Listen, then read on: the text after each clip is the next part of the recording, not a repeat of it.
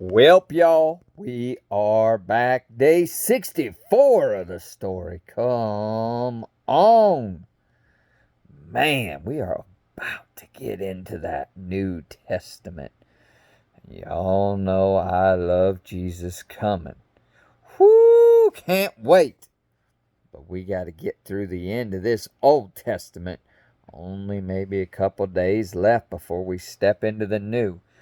So we might want to pay close attention to how this ends up. We had just found out they were walking in because the only mount was the one that he was on. So by night I went out through the valley gate towards the jackal well and the dung gate. That's a stinky smelling gate, unless it had a different meaning in those days, examining the walls of Jerusalem. They're going to have to get them built, which had been broken down, and its gates, which had been destroyed by fire. Then I moved on toward the fountain gate and the king's pool, but there was not enough room for my mount to get through.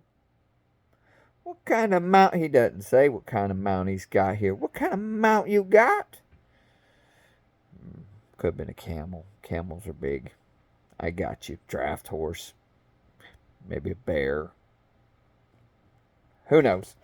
Yep, it just says his mount couldn't get through.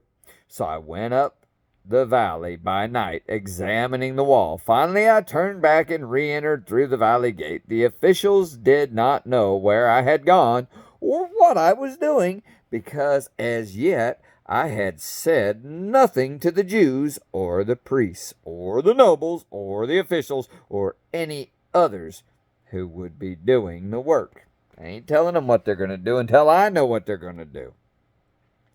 Then I said to them, "You see the trouble we are in. Jerusalem lies in ruins, and its gates have been burned with fire. Come, let us rebuild the wall of Jerusalem, and we will no longer be in disgrace." I also told them about the gracious hands of my God on me and what the king had said to me. Very nice. They replied, "Let us start rebuilding." So they began this good work. Just as the Jews had received opposition from the neighboring peoples when they worked at rebuilding the temple a century earlier, they came under attack for trying to rebuild Jerusalem's walls. Sanballat, the governor of Samaria, and Tobiah, a leading official and perhaps governor of Transjordan, were undoubtedly particularly threatened by the fact that King Artaxerxes, had not only provided for Nehemiah's journey to Jerusalem, but had also appointed him governor of Judah. People were feeling threatened. Man, God's got their back. What are they worried about? Build a wall, people. When Sanballat heard that we were rebuilding the wall, he became angry and was greatly incensed. Like the stinky stuff? Incensed? He ridiculed the Jews, and in the presence of his associates and the army of Samaria, he said, "What are those feeble Jews doing? Will they restore their wall? Will they offer sacrifices? Will they finish in a day? Can they bring the stones back to life from those heaps of rubble, burned as they are?"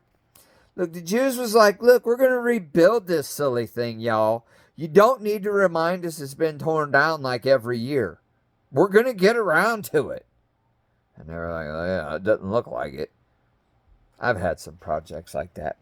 I can't you're in good company, folks. I'm with you on this one. I don't need somebody reminding me every 6 months that my car's still got the tire off it. It may be helpful to get me going. Squeaky wheels, get greased. Ain't nobody want your tires on your car greased. We don't need to be doing that. But anyway, Tobiah, the Ammonite, who was at his side, said, what they are building, even a fox climbing up on it would break down their walls of stones. Ain't no fox breaking these walls down when they're done. Oh, hear us, our God, for we are despised. Turn their insults back on their own heads. Give them over as plunder in the land of captivity. Do not cover up their guilt or blot out their sins from your sight, for they have thrown insults in the face of the builders. So we rebuilt the wall till all of it reached half its height, for the people worked with all their heart. But when Sanballat, Tobiah, and the Arabs, the Ammonites, and the people of Ashdod heard that the repairs to Jerusalem's walls had gone ahead and that the gaps were being closed, they were very angry. Why are you angry? What are you threatened about? They all plotted together. That's a group coming together to come and fight against Jerusalem. Ain't working that way today, y'all. And stir up trouble against it. But we prayed to our God and posted a guard day and night to meet this threat. Meanwhile, the people of Judah said, the strength of the laborers is giving out, and there is so much rubble that we cannot rebuild the wall. No, pray. Also, our enemies said, before they know it or see us, we will be right there among them and will kill them and put an end to the work. God, y'all. You missed the part. Yeah, 300. The enemies killed themselves. Boy, did you guys get this wrong. Then the Jews who lived near them came and told us 10 times over, wherever you turn, they will attack us. Therefore I stationed some of the people behind the lowest points of the wall at the exposed places, posting them by families with their swords, spears, and bows. After I looked things over, I stood up and said to the nobles, the officials, and the rest of the people, do not be afraid of them. Remember the Lord, who is great and awesome, and fight for your families, your sons, your daughters, your wives, your home. Remember the Lord, he's great and awesome. And remember, he'll fight too. The Lord ain't against getting his hands dirty now. He's shown that throughout the whole Old Testament. When our enemies heard that we were aware of their plot and that God had frustrated it, we all returned to the wall, each to our own work. God did it again, won't he?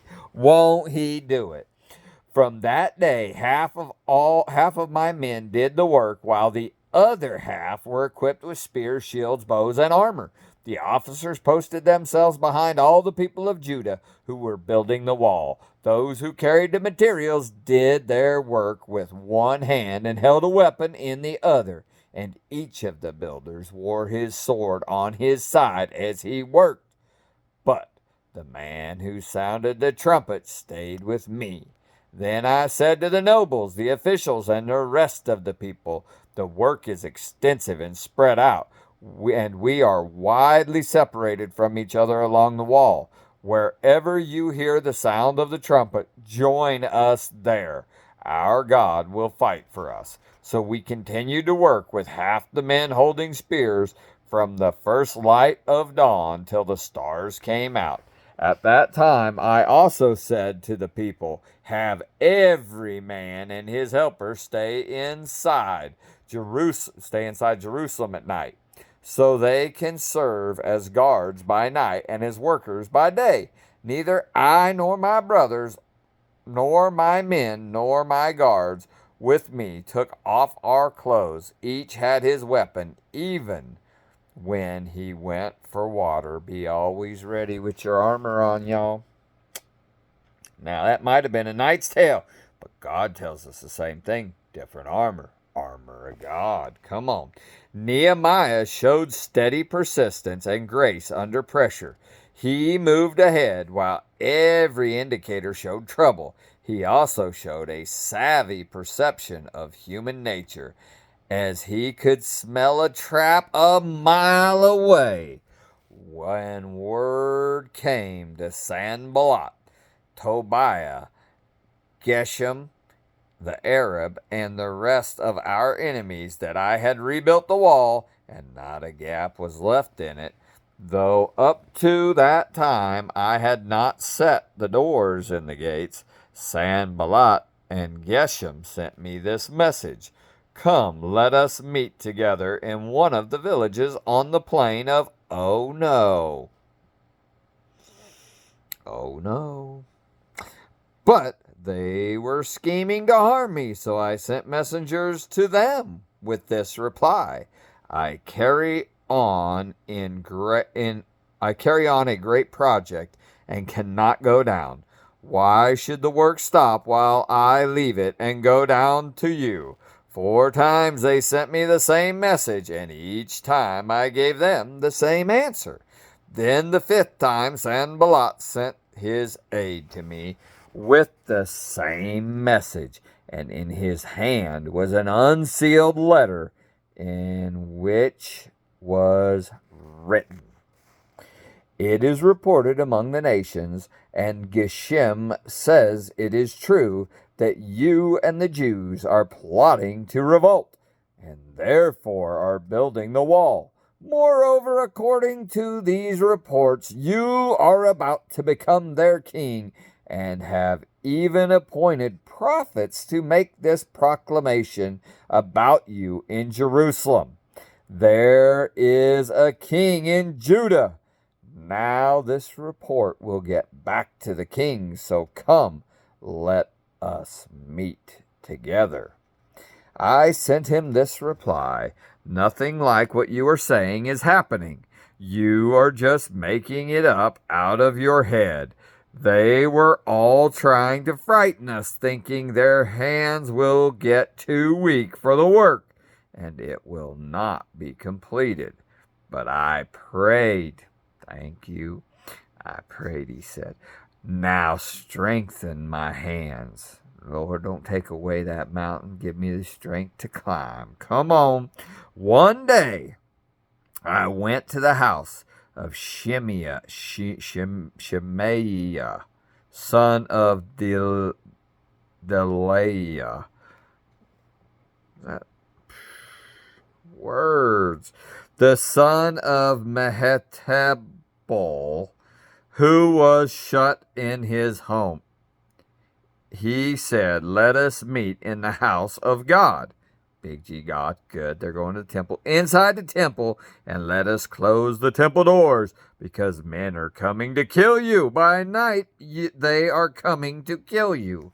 That ain't good. So the wall was completed on the 25th of Elul in 52 days. When all our enemies heard about this, all the surrounding nations were afraid and lost their self-confidence, because they realized that this work had been done with the help of our God.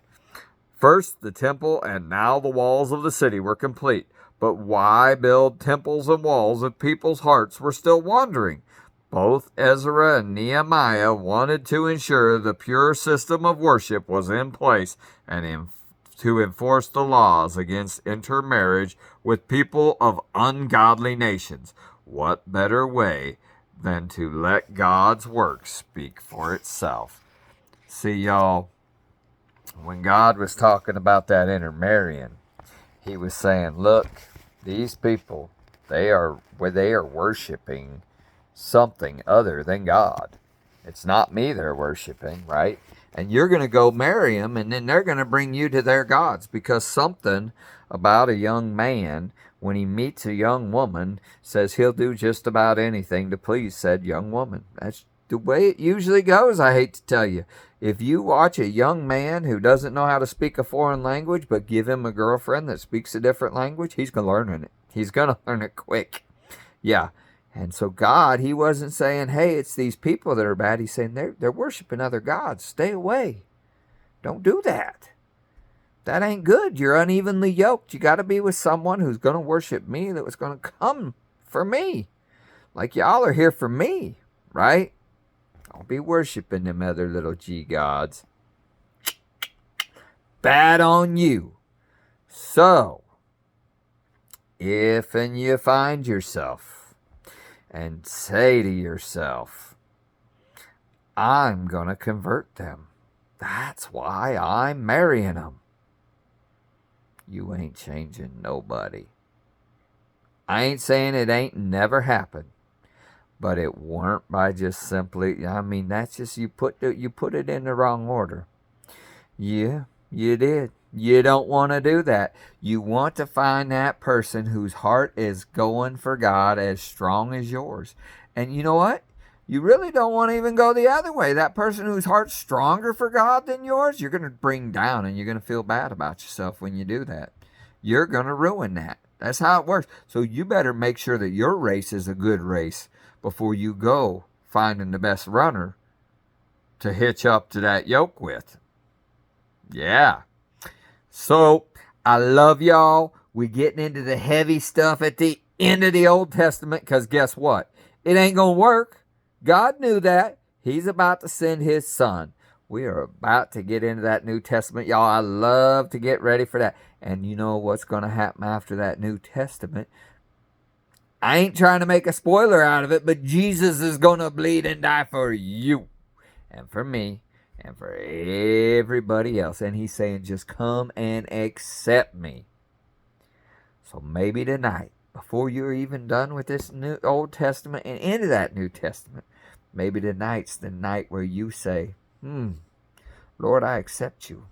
I accept you as Lord and Savior of my life. I believe that your blood has atoned for my sins, and I repent of everything I did to put you up on that cross. And Lord, I ask your forgiveness and say, would you please, please, please come in here and direct my every word, my every step, my every thought. I want to die to this thing right here, and I want to live in you, in your spirit. That's good stuff, y'all. That is good. So I look at that time. I am not good at this, staying on this 15 minutes, I promised y'all. Not good at it at all. Same way I ain't good at getting Brother Bill called. I messaged him today because I didn't get him called.